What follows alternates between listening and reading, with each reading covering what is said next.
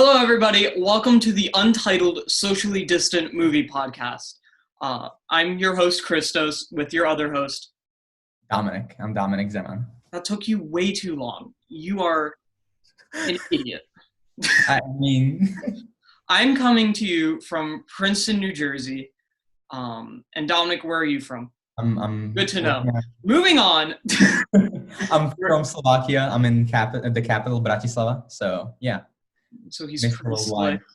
So we are very much so more than 6 feet away from each other, which is socially distant. We're like 4,000 miles.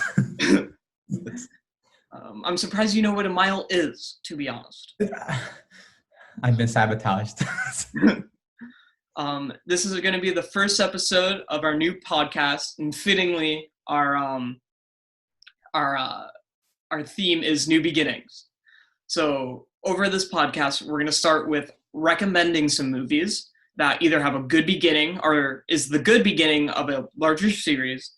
And we're also going to tell you where to find them because, during these, to quote every single big company out there, during these uncertain times, you're going to want to watch some good quality movies indoor television. Netflix.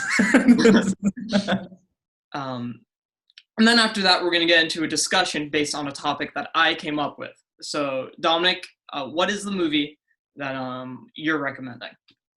So I'm going to be recommending Chappie, and you can find that on Netflix and most streaming services. Hold up, I'm bringing up an image. I'm slow. God, Christos, speed up. Okay. There we go. Now we got an image.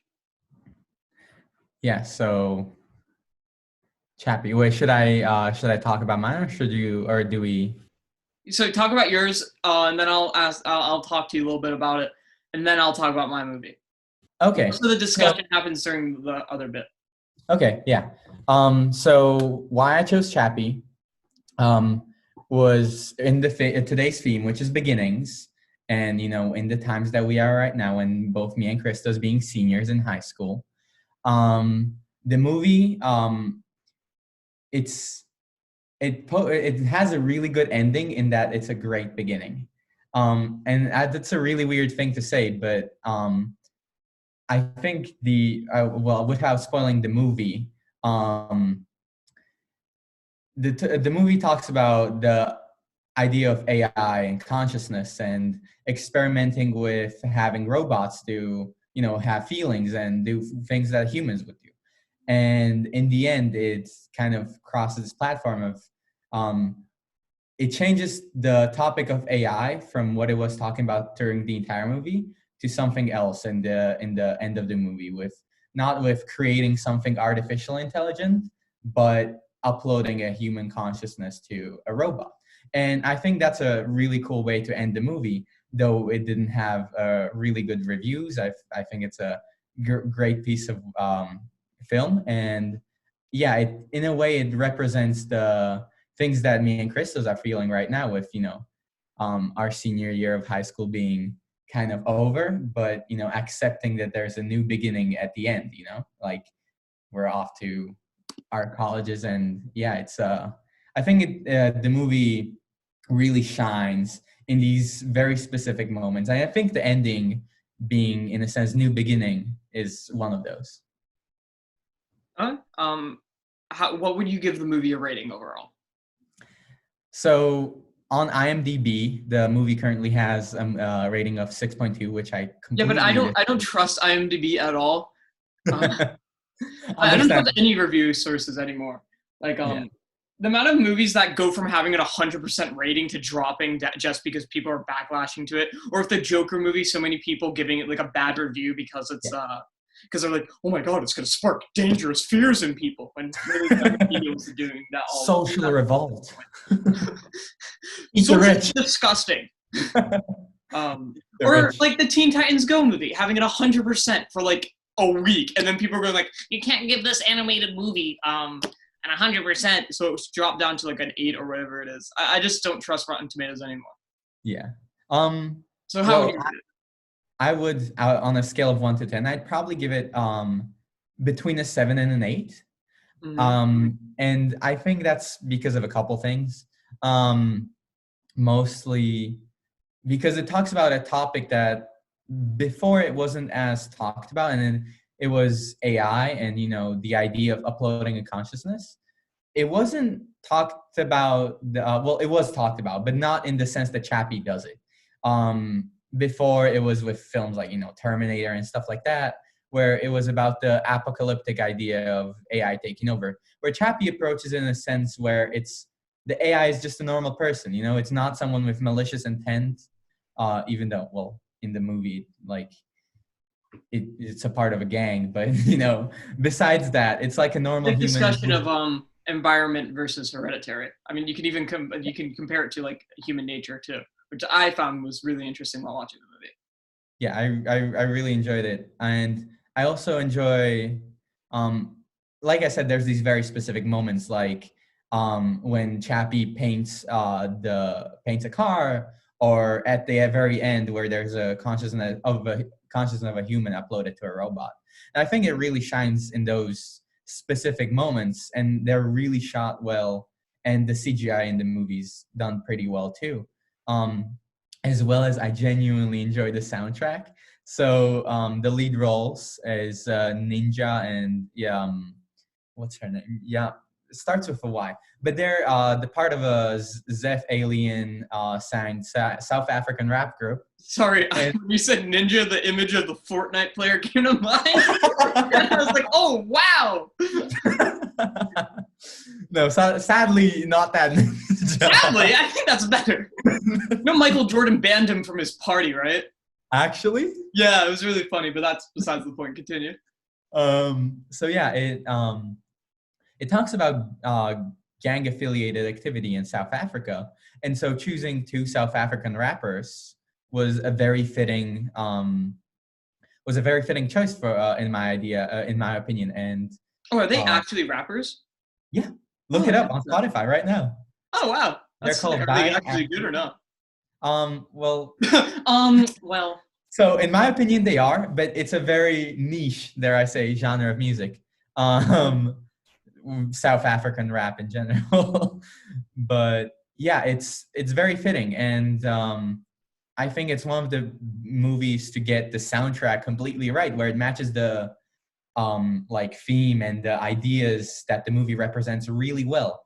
And yeah, I think that was a really great choice, and those were some of the parts of the movie that I think it really shined, though it didn't deserve. It wasn't critically acclaimed. That doesn't make sense. Even when it came out, like I just remember a lot of people saying that it was a really good movie. But yeah. I guess like a lot of movies now, if you don't go for what Hollywood is looking for, won't get major reviews.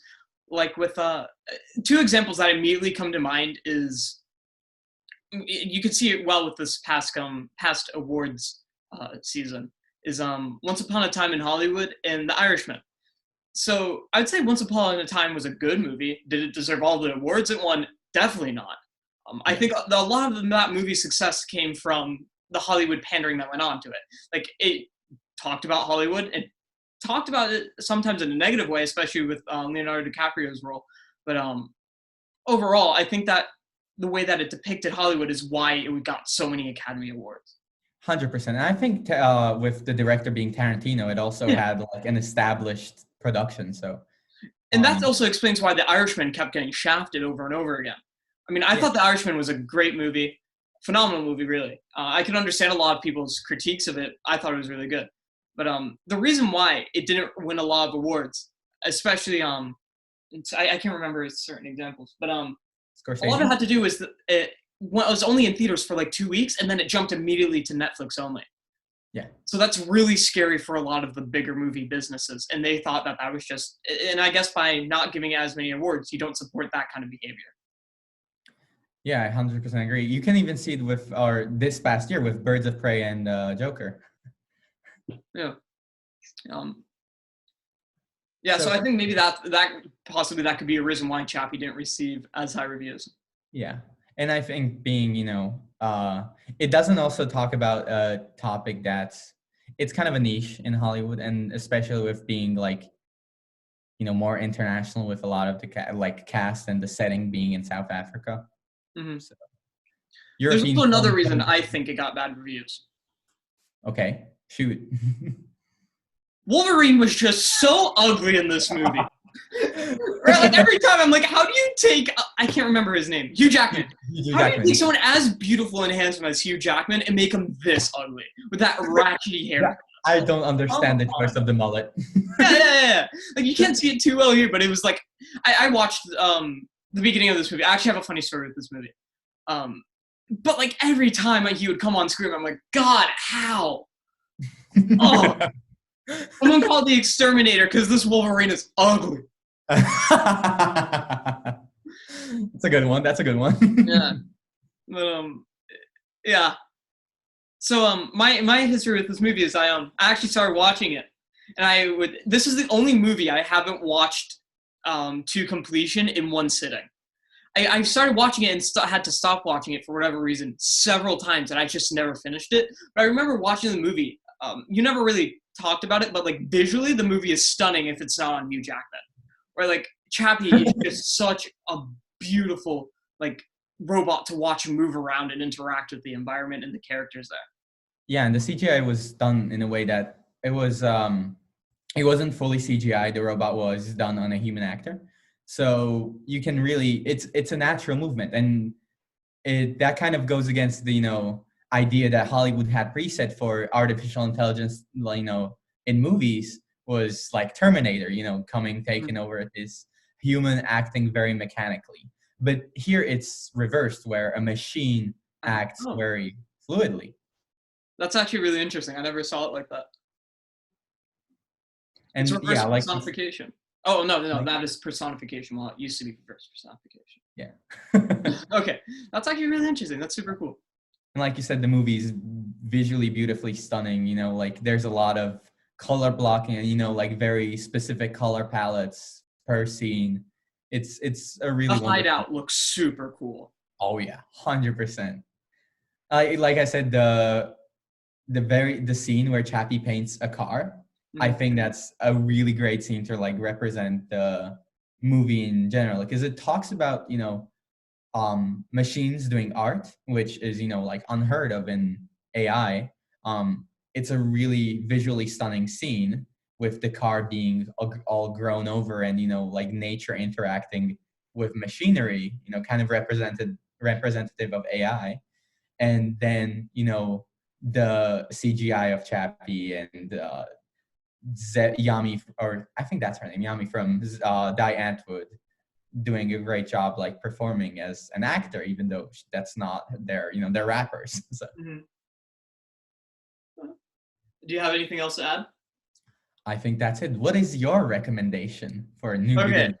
So the movie that I am going to be talking about is the first in a trilogy. I'm going to be talking about Ace Ventura: Pet Detective. The first in the Ace Ventura line. Ace Ventura: Pet Detective. Ace Ventura: When Nature Calls, and then the son of Ace Ventura. Actually, no, I won't. I won't say it. The Ace Ventura 1 is a great movie. That's for a different episode. That's for a different episode of like cinematic masterpieces. No, the movie that I'm going to be talking about is Back to the Future, the first one. So part 1. Yep, I can speak very well. I'm just pulling up an image now of the poster. So I never actually watched this movie as a kid. It wasn't a part of my childhood, so I feel like I can give a pretty good, unbiased, retrospective review of this movie.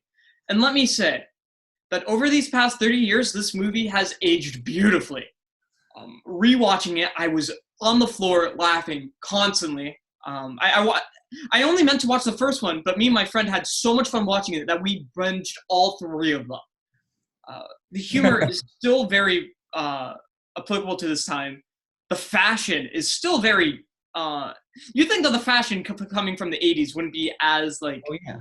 As look at today, but it was really just fun to look at. I'm going to talk about that with Back to the Future. It's really interesting in its fashion choice. Yeah. The DeLorean still looking great.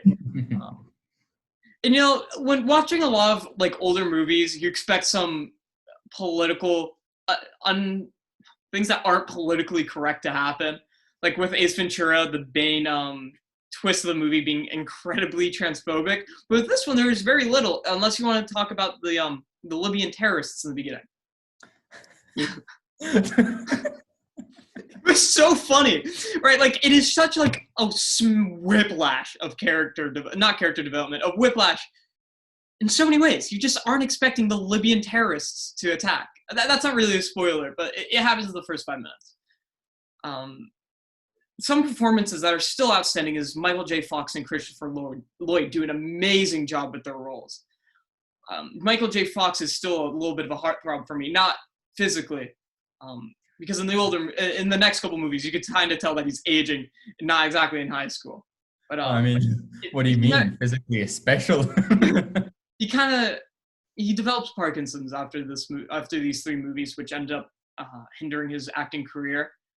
But you know what? With a beautiful diamond like this and this whole trilogy, it kind of makes up for it. You know, at least he had these movies, and let me tell you, they still hold up phenomenally. There's a lot of moments in this movie that feel very cliche, with the idea of, oh, this is a kid in high school.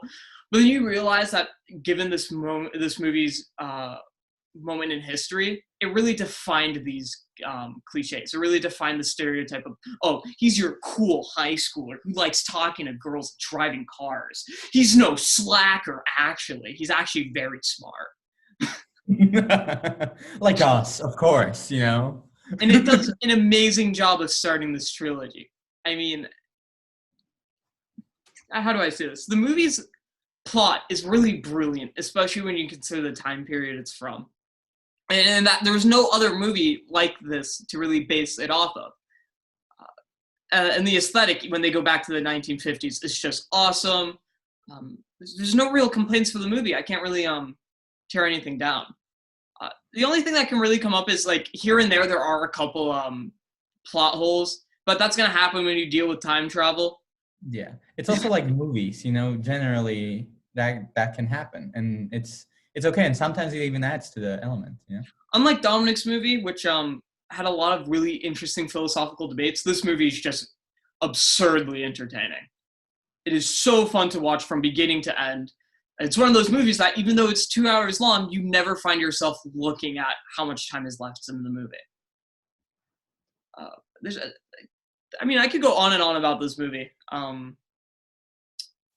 I feel like this is a movie better just watch, whether or not it's for your first time or you're rewatching the movie as a kid. It's a really fun, beautifully made, joyful ride. Yeah, and even like besides the element of the movie, it's a great watch just for the cultural impact it has. Like you said, the fashion of the movie. It's there is multiple, you know, shoes and the clothing items based off of this movie, with Nike releasing the self-tying shoes. Yeah, well, that happened in the second movie. Yeah. But the trilogy in general. But the idea of the hoverboards, with Lexus promoting their cars with building a hover track with Tony Hawk, you know, performing on the skateboard. So just even if you're like, should I watch? I know it's like a fun one. Maybe it's not important. I think it's really important to watch just because of the cultural impact it has. The references that we do. Exactly. You know. It also provides an expert use of product placement. First, you brought up the shoes. Pepsi is everywhere, whether you're in the 1950s or you're in the 1985. Go Pepsi! Anytime you see the hoverboard, they make it so clear that you see the Mattel sticker right on it. Like, even like for the shot, or like it's not very present in the third movie. It is for a little bit. You're sure to see the sticker. You're gonna read Mattel. You're gonna want to go over buy some Transformers or some Mattel toys after. Oh, Mattel, 100%. Barbies. Yeah. But yeah, no, and even too, like, the DeLorean wasn't a popular car, but then this movie came out.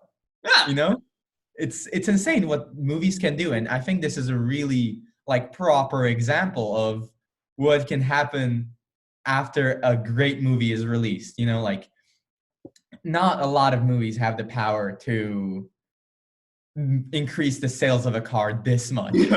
Like it's wild. And yeah, I think it's a great one to watch as, one of those movies that's like just intertwined in culture, like now, like the people calling people Marty McFly, and like it's an archetype now. It And is. yeah. It is. This movie defined a genre of time travel. B, like you said, archetypal characters. I mean, look at Rick and Morty, right? Like, Oh yeah. come on. Turning yourself into a pickle. God, that was funny. Oh my God, have you seen that? I watched this movie with my friend Spencer. Every time Christopher Lloyd opened his mouth, we're like, Marty, I turned myself into a pickle, Marty. This DeLorean that turns people into pickles. Every time.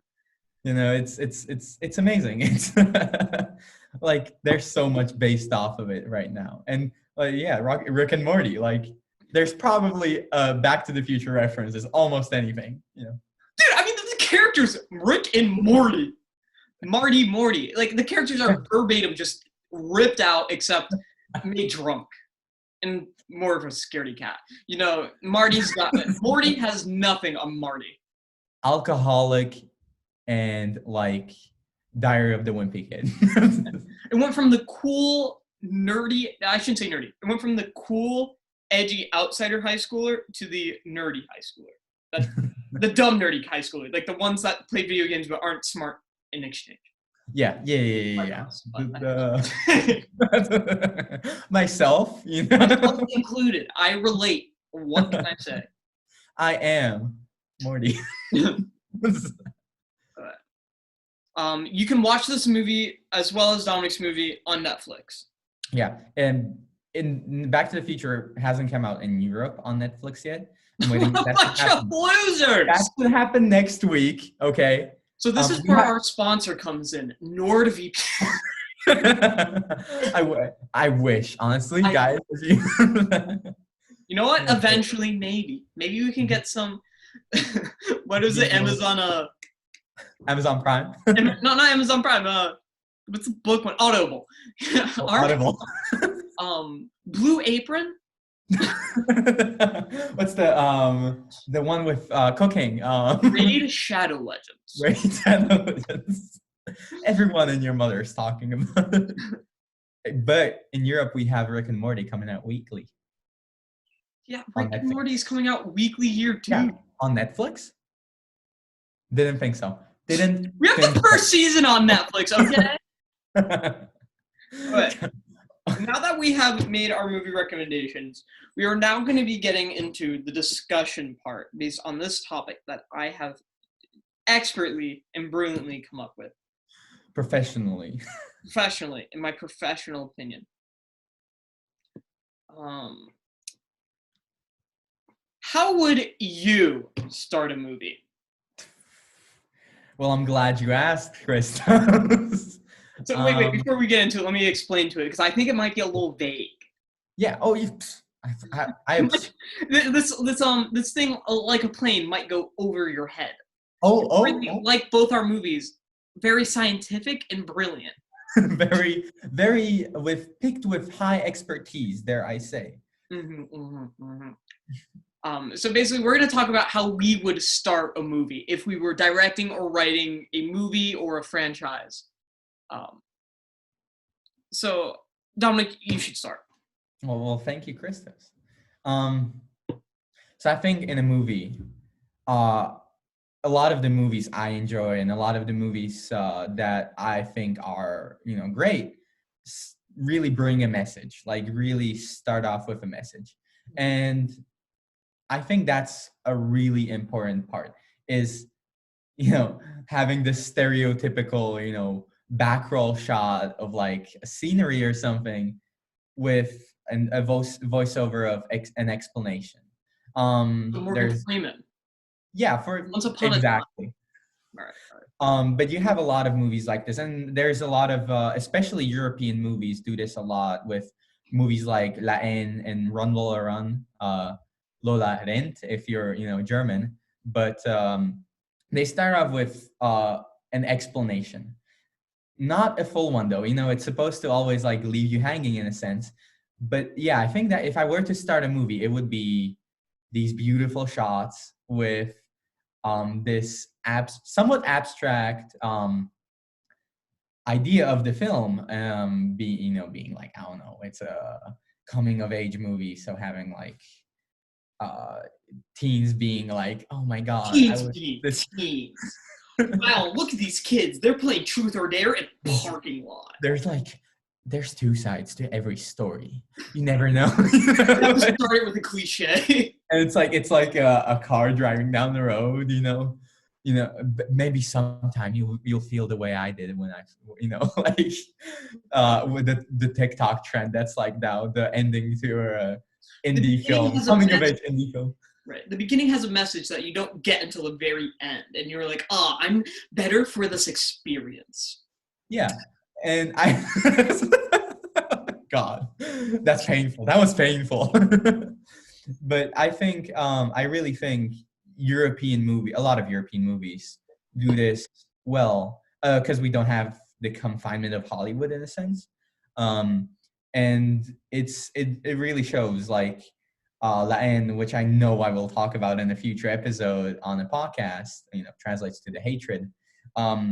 It has an ending. It has a beginning that you don't understand until the ending. That's a very true statement. Same with Run Lola Run. It's very interesting, and it starts with this voiceover of these shots. And actually, it's a very specific scene of like hundreds of people walking in a white space, and then one of the characters from the movie saying this completely vague and ambiguous line that you come to understand throughout the movie. It's it explains soccer pretty much. There's 20 minutes, 2 teams, 11 players on each team. That is the game. And then he throws up the ball. And I think that's a beautiful start. And for those, I'll definitely talk about Run All Around on a different podcast too. That reminds me of the beginning of your favorite movie, Fight Club. Oh, well, because not anymore. La Haine took over that, but definitely second favorite movie. Because I don't want to spoil it, but they give kind of like very subtle hints about the biggest twist in the movie in the beginning, just based on like little flashes here and there. And like it's like just getting a hint of what's to come that furthers your understanding of the final message of the movie. We'll be the first people to not spoil Fight Club, by the way. I feel like everyone spoils Fight Club. But then, like, why would people watch it? Because it's an amazing movie. I hate people who spoil movies. Yeah, I don't even watch trailers anymore because I think they're too spoiler. Yeah, you don't even, when I ask you to spoil a movie for me, you don't let yourself. It's crazy.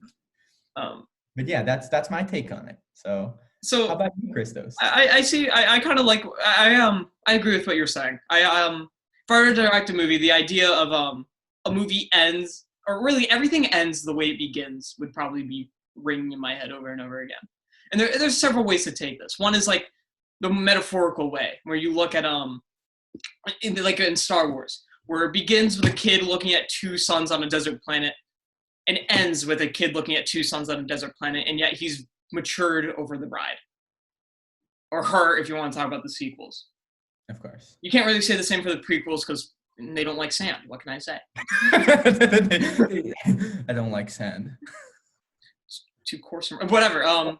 The meme is like in Clone Wars versus Attack of the Clones. But then I can. It also allows me to appreciate the way Tarantino does it, where it's movies placed out of order. Right, that movie still like Pulp Fiction ends the way it begins with that with the same scene, but you start to understand everything that happens as it continues. A good book that does this is The Bluest Eye, where the book first begins with telling you how it's going to end and saying like it's very graphic. Spoiler alert for the book: a man rapes his daughter, and the daughter gets pregnant. And then the author says, over the course of this book, I'm going to explain to you why this happened. And you can't really blame anyone for it. Of course, you can still blame the dad, but it helps you understand how American culture destroyed these people and led them to this point in their lives. So to tie it back to movies, I really like movies where the beginning is parallel to the end, and yet from the beginning to the end, you and the characters are changed. Another perfect example of this, and I think it's the sorry, this is the reason why it's funny, is Uncut Gems. Oh, okay. I thought it was going to be Ace Ventura, and I was like, no. So this movie is the perfect example of circular storytelling, and I might spoil a little bit. The movie begins with a man making a bet, and then the movie continues and ends with him also making a bet. And over the course of the movie, you realize the effect a gambling addiction has on a person. Adam Sandler does an amazing job with this movie. I love Joker, but I think this movie was a better movie than Joker and deserved a lot more awards, and I don't know why it didn't get any. I think it's just because Adam Sandler is this jokester guy, but he does an amazing job with this movie. I 100% agree, and I think a lot of the reason why it also didn't get Oscars or any awards is because I'm not 100% sure, but I'm pretty sure it's by the studio A24. Oh yeah, it is. It produces immaculate movie. You have Hereditary, you have Mid-90s, you have Midsommar. These are amazing movies, but they barely get awards. And I think it's somewhat unfair. Yeah, and to combine it to what I'm saying, it's just a really good example of circular storytelling, because the events of the beginning mirror the events in the end, and you realize how effective this gambling addiction is. And the movie really draws your attention to it. And this is a spoiler for the movie. Skip 10 seconds ahead if you don't want to listen to it. But the movie begins with zooming into this diamond that keeps getting gambled around. And even though... a gem. It's a gem, my bad. Uncut gem, haha! Wait, what do they call it? An opal? Opal. Yeah, opal. Even though Adam Sandler's character gets the gem back several times, he sees a bigger score later on. This inevitably does kill him. But the movie ends with zooming in the same way. Well, no, it actually doesn't zoom in on the gem, my bad. It zooms in on a colonoscopy. And the movie ends with zooming in on this bloodshot, this gunshot that went straight through his head. If he were to just bite his pride and overcome his addiction, he would have survived and everyone would have benefited in the end. And yet he couldn't stop himself from making one final score several times throughout the movie. It's a movie that makes you really sad. It's a movie that makes you laugh at how sad it is. It's a really powerful movie and just a perfect example of circular storytelling. So kind of like what you said with Chappie, a movie needs to begin the way it ends, or vice versa. Definitely. And with this one, funny thing about Uncut Gems is I tend to watch movies sometimes where it's periodically, where I like to watch a very powerful scene and then take some time between watching the next one. And this was one of those movies that was very uncomfortable to me. And I talked to you about this the entire time. I was like, this is an incredibly uncomfortable movie. I don't like watching it. But then at the end, I just completely did a full 180. It's insane. You don't begin to realize how much of an important message it sends until the very end. And I think that's really, really powerful because, it's a movie that you can hate the entire time. And then one thing that happens at the end, it just completely changes you. And I think that's really cool with Uncut Gems. Oh, sweet. So, Dominic, do you have anything else to add? I don't know. I think I'm good. I'm glad we didn't spoil Fight Club this. We'll spoil Uncut Gems, but we will save Fight Club. Exactly. Sweet. We're not your typical girl. We're quirky. We're quirky. We wear black T-shirts with sports jackets because I'm insecure about the way I look.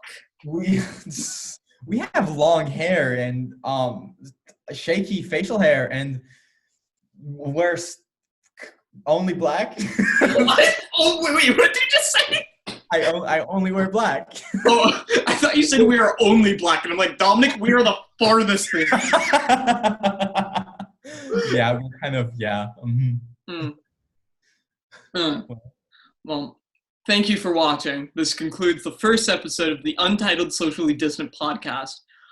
Tune in next week where our prompt will be... I didn't come up with one yet. Do you have one?